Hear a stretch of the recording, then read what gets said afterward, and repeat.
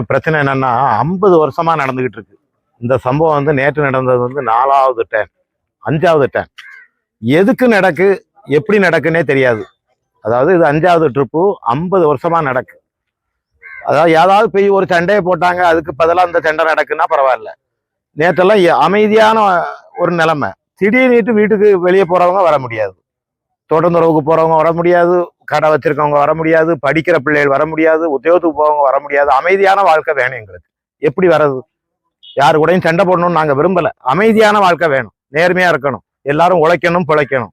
இந்த அமைதியான வாழ்க்கைக்கு பங்கு வரும்போது 50 வருஷம் போராடியாச்சு. அடுத்த தலைமுறை எப்படி தரது சொல்லுங்க? இது கல்வி ஆண்ட காலம் தானே. இவ்வளவு பிரச்சனை நடந்திருக்கு. பாலிடிக்ஸ்ல உள்ளவங்க யாரும் வந்து ஒரு ஆறுதலோ, இனிமேல் பிரச்சனை வராம அதிகாரிகளை வச்சுட்டு பேஸ் பண்றோம் மாதிரியோ சொல்ல மாட்டாங்களே.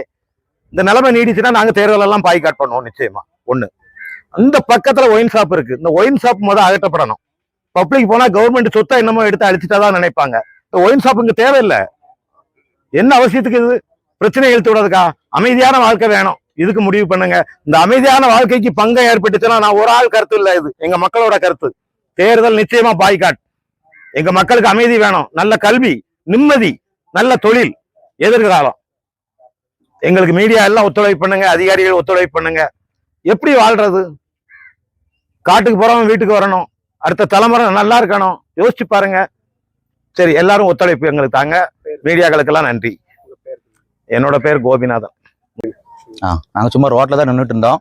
ஒரு 9 பேர் வந்தாங்க, 3 பைக்ல மாஸ்க் போட்டிருந்தாங்க. எல்லாம் வந்தாங்க. திடீர்னு ரோட்ல வாரெல்லாம் வெட்ட ஆரம்பிச்சிட்டாங்க. சரமாரியா வெட்டி யாருனாலும் சரிதான், ரோட்ல யார் வாரா போறான்னு வெட்ட ஆரம்பிச்சிட்டாங்க. எல்லாரும் அங்கங்க ஓடினாங்க. ஒண்ணுமே பண்ண முடியல. இதெல்லாம் காவல்துறை அதிகாரிலாம் வந்து எதுவும் நடவடிக்கை எடுக்கணும். இன்னும் யாருமே வரல. பெரியல ஒன்றும் அதிகாரம் பார்க்கல, யாரும் வந்து பார்க்கல. ரோட்ல போற ஆள், நம்ம ஆள், பெரும்பத்தாள், இந்த காலனி ஆட்கள் எல்லாத்தையும் வெட்ட ஆரம்பிச்சிட்டாங்க. உடனே இந்த பக்கத்துல இருக்க ஒயின் ஷாப்பை உடனே அகற்றணும். அதனாலதான் பல பிரச்சனைகள் வருது. அவங்க எதுவும் கோயட்டர் அடிக்கிறாங்க, பக்கத்துல வந்து பண்றாங்க, இங்க வந்து பிரச்சனை பண்றாங்க. அதனால உடனே அகற்றுறது என்ன உண்டோ நடவடிக்கை எடுங்க, பண்ணுங்க. அடையாளம் யாரும் தெரியாது. மாஸ்க் போட்டிருந்தாங்க, எல்லாம் மாஸ்க் போட்டு தான் 3 பைக்ல வந்தாங்க. அவங்க ஆயுதங்கள்லாம் வச்சிருந்தாங்க, வந்து வெட்டிட்டாங்க. யாரும் தெரியாது, ஆள் தெரியாது.